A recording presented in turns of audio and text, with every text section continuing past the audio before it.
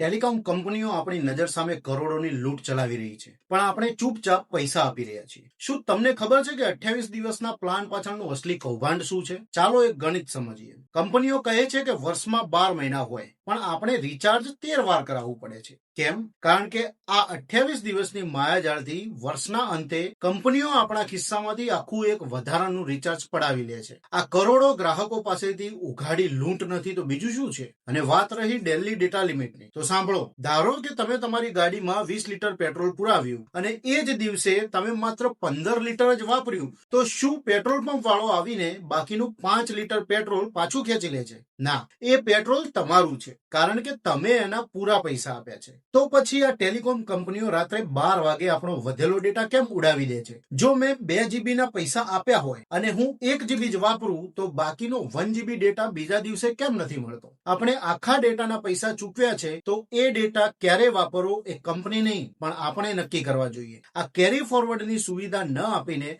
કંપનીઓ ગ્રાહકોના હક પર તરાપ મારી રહી છે. હવે સૌથી મોટો સવાલ એ થાય કે આ બધું આપણી નજર સામે થઈ રહ્યું છે, તો આપણી સરકાર અને ટ્રાઈ એટલે કે telecom regulatory authority of India કેમ ચૂપ છે? સરકાર જ્યારે ડિજિટલ ઇન્ડિયાની વાતો કરે છે, ત્યારે શું એમને 28 દિવસની માયાજાળ દેખાતી નથી?